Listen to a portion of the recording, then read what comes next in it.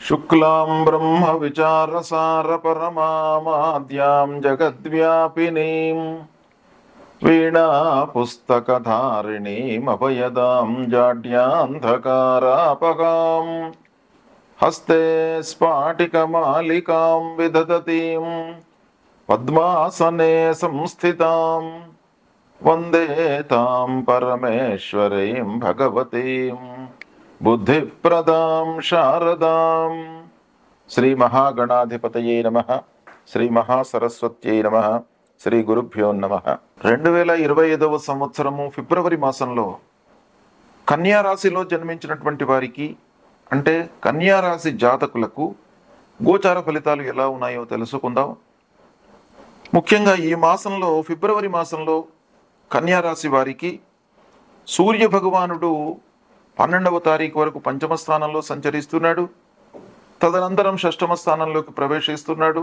షష్టమ స్థాన సంచారము అనుకూలంగా ఉంటుంది, పంచమ స్థానం యొక్క సంచారం ప్రతికూలంగా ఉంటుంది. ఇక కుజుడు దశమ స్థానంలో సంచరిస్తున్నాడు, ప్రతికూలంగా ఉన్నాడు. బుధుడు పంచమ షష్టమ స్థానాల్లో సంచరిస్తున్నాడు, అనుకూలంగా ఉన్నాడు. గురువు భాగ్యస్థానంలో సంచరిస్తున్నాడు, అనుకూలంగా ఉన్నాడు. శుక్రుడు సప్తమ స్థానంలో సంచరిస్తున్నాడు, ప్రతికూలంగా ఉన్నాడు. శనీశ్వరుడు షష్టమ స్థానంలో అనుకూలంగా సంచరిస్తున్నాడు. రాహు సప్తమ స్థానంలో సంచరిస్తున్నాడు, ప్రతికూలంగా ఉన్నాడు. కేతువు జన్మస్థానంలో సంచరిస్తున్నాడు, ప్రతికూలంగా ఉన్నాడు. ఈ విధంగా గ్రహాల యొక్క సంచారము ఉన్నది ఈ ఫిబ్రవరి మాసంలో. ముఖ్యంగా ప్రధానమైనటువంటి గ్రహాలు, గురువు భాగ్యస్థానంలో ఉన్నాడు, శనీశ్వరుడు 6వ స్థానంలో ఉన్నాడు. కన్యారాశి వారికి ఈ 2 గ్రహాల యొక్క అనుకూలత ఉంది ఈ ఫిబ్రవరి మాసంలో. ఇక రాహు కేతువుల యొక్క ప్రతికూలత మటుకు ఒక పక్కన ఉంది. ప్రధానమైనటువంటి గ్రహాలు 50% అనుకూలత ఉంది, 50% ప్రతికూలత ఉంది. ఇక మాసవారీ ఫలితాలపై ప్రభావాన్ని చూపించేటువంటి గ్రహాల యొక్క సంచారం చూసినట్టయితే బుధుడు అనుకూలంగా ఉన్నాడు, సూర్యుడు 50% అనుకూలంగా ఉన్నాడు, కుజుడు శుక్రుడు ప్రతికూలంగా ఉన్నారు. ఈ విధంగా మనం చూసినట్టయితే ఈ ఫిబ్రవరి మాసం లోపల అనుకూలత ఉన్నప్పటికీ ప్రత్యేకంగా ఈ మాసం లోపల కొన్ని విషయాలలో జాగ్రత్తలు తీసుకోవాలి. అంటే ఆదాయము వస్తుంది, ఆదాయం నిలకడగానే ఉంటుంది, రావాల్సినటువంటి డబ్బు వస్తుంది, చేతికి అందుతుంది. కానీ రాహుకేతువుల మూలకంగా కొంత ఖర్చు సంభవించేటువంటి అవకాశాలు ఉన్నాయి. అంటే రావడము పోవడం కూడాను జరుగుతుంది ఈ మాసం లోపల. ఇక పనుల విషయం లోపల మీకు కలిసి వస్తుంది, మంచి పేరు లభిస్తుంది. ఈ మాసం లోపల గౌరవ మర్యాదలకు ఇబ్బందులు లేవు, అనుకున్న పనులు మీకు అనుకున్నట్టుగా నెరవేరుతాయి.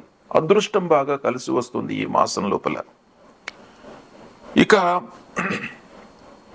3-4 వారాలలో సమయస్ఫూర్తితో కొన్ని నిర్ణయాలు తీసుకోవడం మట్టుకు అవసరము. లాభాలు ప్రయోజనకరంగా ఉంటాయి.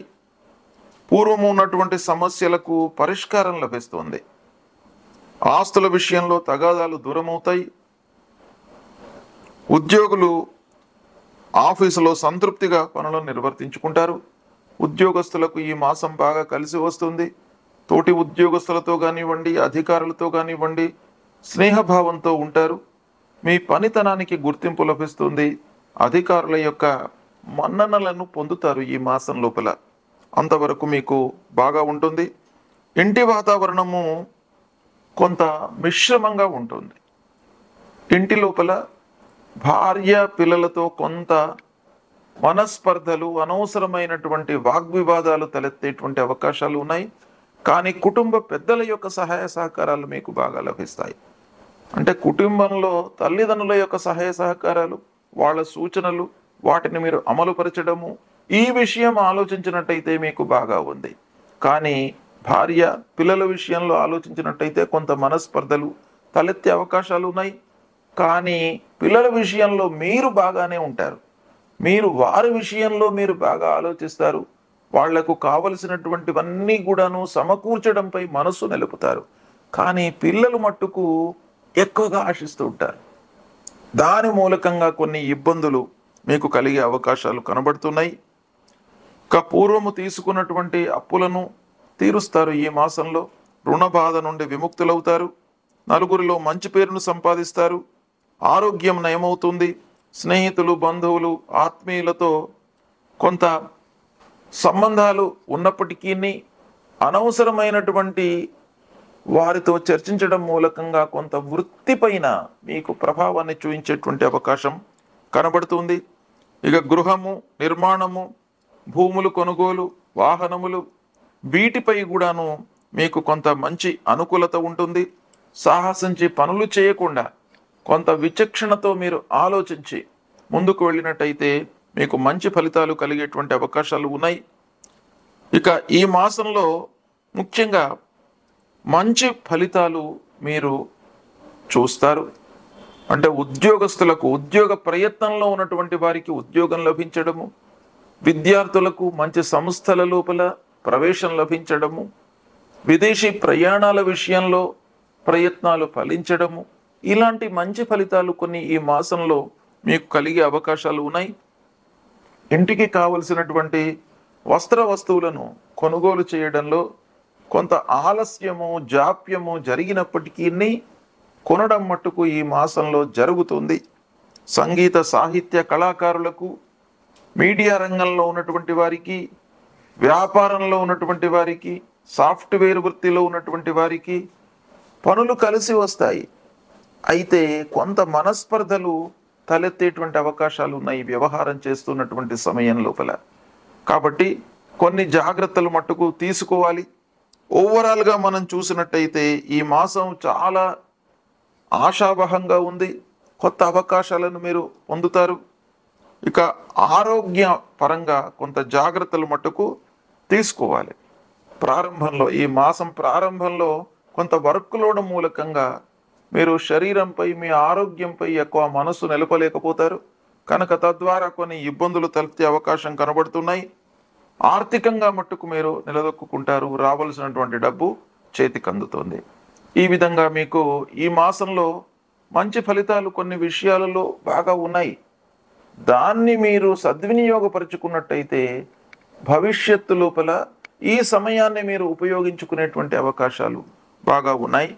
అయితే ఈ మాసంలో ఈ రాశి వారికి, కన్యా రాశిలో జన్మించినటువంటి వారికి ఏ గ్రహాలు బాగా లేవు అనే విషయం ఆలోచించినట్టయితే రాహు, కేతువులు ప్రతికూలంగా ఉన్నారు. తద్వారా ఆరోగ్యము, అనవసరమైన ఆలోచన, భార్యాభర్తల మధ్యన మనస్పర్ధలు, వ్యాపారంలో పార్ట్నర్స్ మధ్యన అగాధం ఏర్పడము, ఇలాంటి వాటిపై ఆ రాహుకేతువుల యొక్క ప్రభావం బాగా ఉంటుంది. కాబట్టి రాహుకేతువుల ప్రీత్యర్థమై రాహుకేతువులకు సంబంధించినటువంటి మూలమంత్రాన్ని ప్రతినిత్యం కూడాను జపించండి. అర్ధకాయం మహావీర్యం చంద్రాదిత్య విమర్ధనం సింహికా గర్భ సంభూతం తం రాహుం ప్రణమామ్యహం అనేటువంటి ఈ మూలమంత్రాన్ని రాహు నిమిత్తమై ఫలాశ పుష్ప సంకాశం తారకా గ్రహమస్తకం రౌద్రం రుద్రాత్మకం ఘోరం తం కేతుం ప్రణమామ్యహం అనేటువంటి ఈ మూలమంత్రాన్ని కేతు నిమిత్తమై చదువుకోండి. రాహుకేతుల యొక్క ప్రభావము, దుష్ప్రభావం నుండి మీరు దూరం అవుతారు. అమ్మవారి యొక్క దేవాలయానికి వెళ్ళండి, అమ్మవారి యొక్క అనుగ్రహాన్ని పొందండి. అదేవిధంగా లక్ష్మీ అమ్మవారిని కొలవండి. మహాలక్ష్మి స్వరూపంలో ఉన్నటువంటి ఆ అమ్మవారిని కొలిచినట్టయితే కూడాను మీకు ఇబ్బందులు రాకుండా ఉంటాయి, మనస్పర్ధలు రాకుండా ఉంటాయి, ఆరోగ్యం కూడాను మీకు నయమవుతుంది. ఇవి నేను చెప్పినటువంటి పరిహారాలను మీరు పాటించినట్టయితే కన్యా రాశి వారికి ఈ ఫిబ్రవరి మాసము బాగా కలిసి వస్తుంది. శుభం.